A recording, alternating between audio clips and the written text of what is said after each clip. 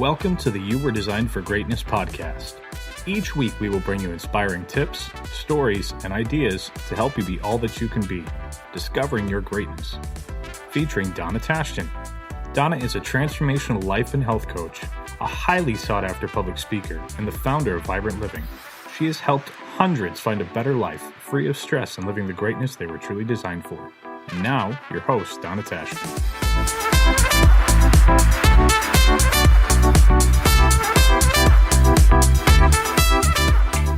Welcome. This is Donna Tashton, and I would like to welcome you to podcast number 25. I am so excited about today. I have a special friend with me today. Becky, why don't you say hello? Hello, everyone. Thank you, Donna, for inviting me to be part of this. So what do you remember about us first meeting? Oh, my goodness. It's been about a year and a half, maybe 2 years. Yep, probably. You and I met through an organization that you and I are part of called Inform. And for those who don't know who Inform is, it's a Michigan-based nonprofit organization that truly is focused on helping women lead and succeed. And they've been around since the early 60s. I believe they have about 3,700 members. And that's how you and I met, Donna, was through one of the programs that we both attended. Awesome. And I remember when I first engaged with you, it was easy to see how much you love and care about people. And you had this huge smile and a just contagious passion to be able to help people. And does that ring true with you? Absolutely. Specifically, Donna, women. Yes. We've had a strong desire to help inspire and also to drive a path, if you will, for women. I was a single mother, young single mother, and raised my daughter really on my own with family support. So I know what it's like to be a working mom, as well as go home and help be the mom and dad, if you will, at the home front. Yeah. And how long have you now been married? I found my soulmate about 11 years ago. We dated 5. We did that just so that we both made the decision we wanted to make sure that our children were out on their own. And so we dated 5 years, and we've been married almost 6.5 years. Awesome. I love those kind of stories. And to me, I encounter so many women who feel like, I'm getting too old and I need to be married. And your story is no matter what, you can find that soulmate. And I love that story. There's a timing for all things. Yes. And I truly believe that, I was in my early 40s when I met my husband, and there was a reason why. God orchestrated that. Yes. So you were telling me a little bit before we started recording about the entrance you made into the world. Yes, it's an interesting one. My mom and dad actually, they were driving through Lytton, Indiana, and that's where I was raised, was in Indiana. But they were driving through Lytton, Indiana, and they quickly had to pull into a hospital. And when my mom was in the room, the doctor had told her that I was actually dead. Oh, my. She thought she was giving birth to a stillborn. And that wasn't the case. Again, purpose and reason in all things. And so they laid me in her arms, and I was quite alive. That's so wonderful. Do you have other siblings? I do. I come from a pretty big family. I have 3 brothers and 3 sisters. And I'm here in Michigan, and my other siblings are either in Chicago, or the Illinois area, I should say, in Indiana. Oh, that's an amazing story. What are some lessons that you might share with women that you have learned? I know there's got to be a lot, but what comes to your mind today as we talk and we want to help women to step into their greatness, to believe into themselves, and do whatever is in their heart? What lessons come to mind that you might want to share with them? One of the things I think about, Donna, is really to step back and to seek to understand. Everyone has a different background, different experiences, and I think it's important that we open up our mind and embrace those differences and learn from one another. If we stay in a bubble and stay with like-minded people, we don't grow.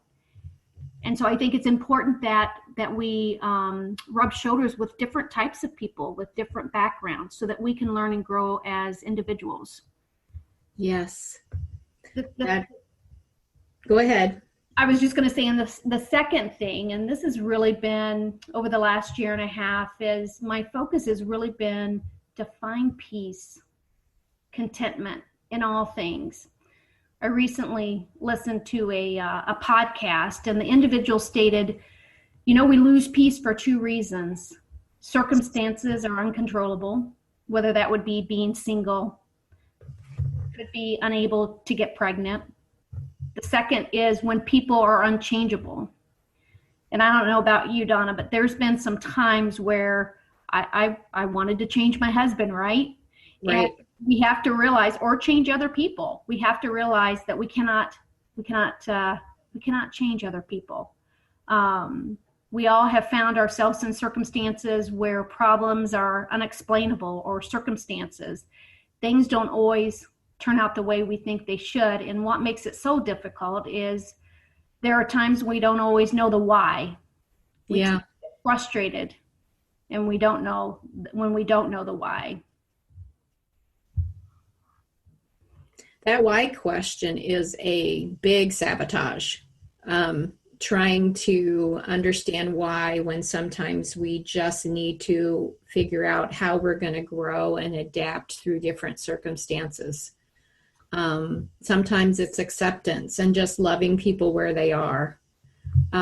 Sometimes it's really fortifying and getting strong to walk through circumstances that we can't understand or control. But that why question, why is this happening, never gets an answer that we want. It doesn't, it's not productive. It's not. And I also think that we as humans also need to understand that peace or contentment has nothing to do with being problem free. That's right. We all have problems. We'll always have problems. And there'll always be tribulations, if you will, in our life. Peace of mind doesn't come from conflict living. It comes from really three important decisions we make. And the individual that I was listening to through this podcast stated that one is choice for acceptance of those circumstances. We have to choose to embrace that circumstance, and it really a choice to trust. Again, purpose and reason in all things as to what we are going through. And most importantly, you have to surrender. You have to embrace the circumstance. Philippians 4, Paul states, I have learned to be content in everything, which tells us that we're not going to live a life that is trouble-free. Right. I agree. And that is a big illusion. I've encountered women who, when they get married, from a romance novel or a Hallmark movie, that everything's just supposed to be rosy. And it isn't always. And so they think that something's wrong. with them or their husband or whatever. And things just aren't rosy all the time. And my happiness is not determined on my circumstances. My happiness is a choice. I think that's what you're saying. It is. It absolutely is. So who's been a great influence in your life, that's been a positive influence, that's helped you to be the woman that you are today?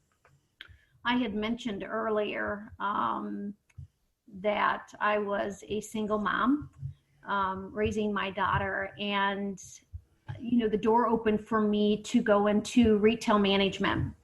And I think when I was thinking about folks who had influenced me, one of the individuals, his name was Greg Davis. Boy, he took me underneath his wing. He was a mentor. He was a sponsor. I'll never forget. I reported to him for a couple of years, and then he approached me to go into leadership. And I had to, at the time, I didn't realize what was happening, but I had to go into a room and go through what I would call now a panel interview. And I remember walking in that room, and I couldn't speak. And I was all prepared, right? I was in my early 20s, all prepared. And I walked in, and I froze. And I remember him, he was in the room, and I remember him coaching me through the entire interview. I walked out, got in my car, and I just cried all the way home, thinking, you know what? I didn't get the job. I messed up. And the next day he pulled me in his office, and he told me that they were offering me the job. And, but again, sometimes you have to go through those experiences, right? So he was pushing me, yet coaching me. He was sponsoring me. He was just a great influence on my career and my life. At some point, I've thought I would love to find him, to let him know, the person that I've become. I think he'd be pretty proud of me. I do too. The second person I think about, Donna, is Mother Teresa. Obviously, I did not know her, but she is an inspiration to me. She walked away from things of this world to serve the poor and the destitute. And I find it to be very remarkable that she was a selfless individual, able to get in the trenches with the downtrodden, but also walk in a room with those who held power to influence them. Yeah. She is another person that I try to inspire to be. That's amazing. Yes, both of those people. And it is amazing how we have those people that come across our path to be able to bring out the best in us. Even when you thought you failed in that interview, that he helped you to grow and to bring out the best that was in there all along. It's just getting it unearthed, if you will. For sure. Yeah. So what's some of the best advice that you've received from whatever source? What do you think that would be? That's a really hard question. I don't know what I would say. So what is the best advice I've ever implemented? Is that what you're asking? Yes, right. As I think through that, we all have a unique story. And I encourage people to share it. When I talk to women, I encourage them to share their story. It's unique. It's special. Don't hide it. And by all means, don't be ashamed of it. Our story is designed to inspire and to encourage others as they journey through life. And I think women, one of the things that we as women lack is confidence, feeling judged. And, I think God gives us our story, our journey to share and to inspire, so that other people along the way may be facing similar challenges or barriers, and they know they're not alone. Right. I agree that being authentic, being real about my story actually inspires other women. Trying to hide it doesn't do anything along those lines. Me being a teenage mother as well, and a single mother, there was so much shame attached to it for me, and beginning to tell that story, amazing to see what that can do for other women to inspire them in whatever their story is. Mm-hmm. As well. Mm-hmm. That's very true. Yeah. So what's the worst advice you've ever received? Oh, I thought about that one. I could not think of anything, actually, Donna. I'm sure I've received tons of bad advice, but nothing came to mind as it relates to something to share. Awesome. That is fine. It's just kind of an interesting question. So do you have a favorite book you might recommend? I don't have a favorite book. I have a favorite prayer that I could share that I think it aligns to the whole being content to where you are no matter what the circumstance. Well, please share. It's the prayer of serenity. A lot of times when you think about the prayer of serenity, there's only the first sentence really that people talk about, but there is a bigger piece past that I think is even more important when you read the prayer. And it says, God, grant me the serenity to accept the things I cannot change, the courage to change the things I can, and the wisdom to know the difference. And then it goes on to say, living one day that's really good. Enjoying one moment at a time, accepting hardships as a pathway to peace, taking, as Jesus did, this sinful world as it is, not as I would have it, trusting that you will make all things right if I surrender it to your will, so that I may be reasonably happy in this life and supremely happy with you forever in the next. Yeah, that's beautiful. That is beautiful. I thank you for joining me on this podcast to encourage and inspire women, and to be able to share your story. I cherish the friendship that we're developing between us, and I just want to thank you for being who you are and for sharing your story and for inspiring so many women. We generally do inspire more people than we even realize when we are authentic in sharing our story. Would you agree? I absolutely do. That's the connection, right? That's the hook. When people are open and authentic, then there is a energizing connection there. Yes. Any closing thoughts that you would like to speak to a woman out there? I would say continue to be you and don't change for anyone. God created you to be the person that you are, and just continue to be you. Awesome. All right. Well, that will do it for today. And I will please share this podcast with other women so that we can step into our greatness together. And until next time, this is Donna saying live and love vibrantly. We are excited to announce Vibrant Living International Women's Conference. We have a lineup of 5 powerful speakers. And on October 12th, the fun begins in Grand Rapids, Michigan. Early bird tickets are available for a limited time, so visit www.iVibrantLiving.com and click on the Women's Conference tab to get the scoop. You don't want to miss this inspirational event. Reserve your seat today.